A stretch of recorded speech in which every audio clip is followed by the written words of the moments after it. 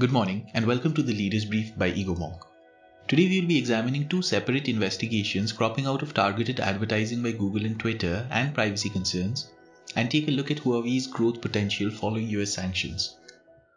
I know citizens and businesses are seeking reassurance today on both sides of the Atlantic. So let me be clear, we will continue our work to ensure the continuity of safe data flows.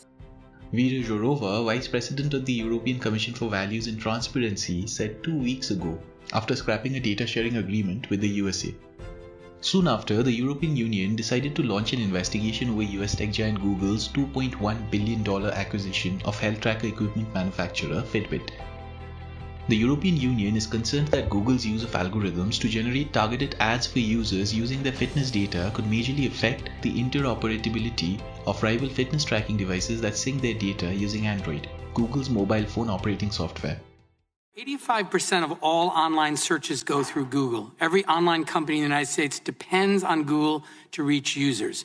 Numerous online businesses told us that Google steals their content and privileges its own sites in ways that profit Google but crush everyone else. Why does Google steal content from honest businesses?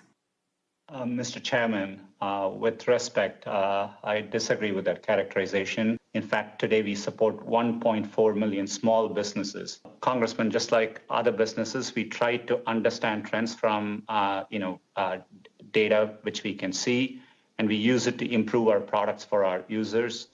That was Google CEO Sundar Pichai testifying before US Congress about its data privacy commitments.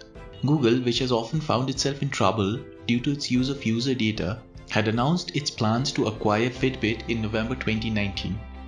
The announcement did sound alarm bells in European countries, as a lack of regulation could allow the US tech giant to use Fitbit's hardware to generate personalized ads, gaining a significant advantage over rivals. The global fitness market, currently valued at $17.9 billion, is expected to grow to $62.1 billion by 2023, at a CAGR of 19.5%. Apple, Samsung, and Huawei dominate the wearable product sector with products such as smartbands and watches. The recent European Court judgment invalidating the Transatlantic Data Protection Agreement, or Privacy Shield, effectively means that data transfer between Europe and the US remains in legal limbo until a new agreement is reached between the EU and Washington. A new agreement is expected to be more in line with the European Union's General Data Protection Regulation, or GDPR, and set a global standard for data privacy and the use of personal data by companies for targeted advertisements.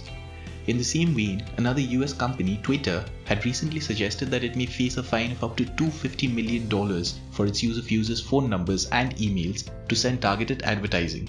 The social media giant had, in October last year, acknowledged that it had sent targeted ads to users through information initially collected for security purposes.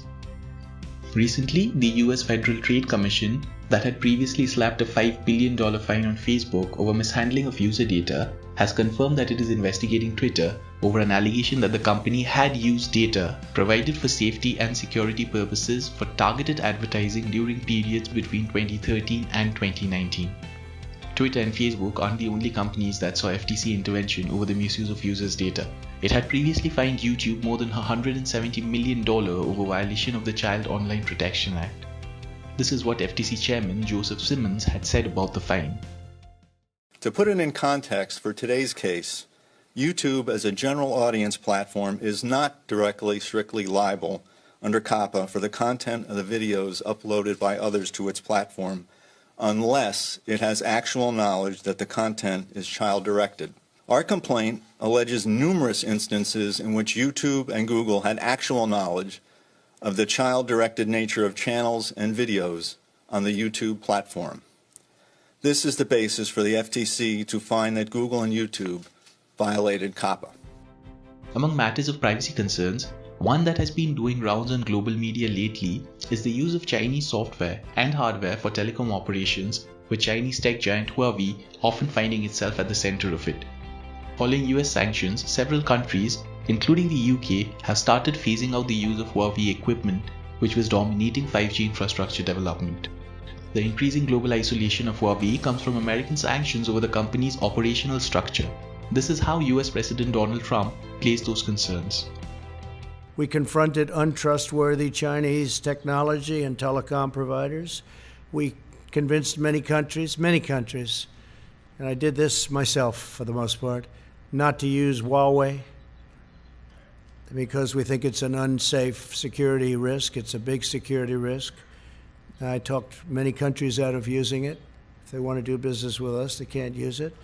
However, despite sanctions and the COVID pandemic, Huawei registered a 9.2% profit margin and a 13.1% increase of year-on-year revenue. While bans will decrease Huawei's consumer base in Europe and the USA, the Chinese tech giant's 5G base station market share is expected to increase to 28.5% this year, overtaking Ericsson, which presently leads the market with a 26.5% share. Several developing countries whose 4G network infrastructure is dominated by Huawei are also unlikely to adhere to the US sanctions. A case in point would be Brazil, with Vice President Hamilton Mourão recently referring to Huawei as well positioned to participate in the bidding process to build Brazil's 5G internet network. But with several new players emerging and countries phasing out cheaper Huawei equipment, it is still early to make any estimates of Huawei's influence on deploying 5G technology worldwide. That is all for today. Tune into Egomong to stay updated on the latest happenings and the impact on global trade, technology and innovation. Egomong helps you make sense of change. We are a global intelligence platform delivering asymmetric outcomes by bringing organizations closer to the communities they want to serve and the leaders they wish to influence. Visit our website insights.egomong.com, that is insights.egomong.com, to subscribe and make better and faster decisions today. If you wish to collaborate with us, then please email us at contact@egomong.com.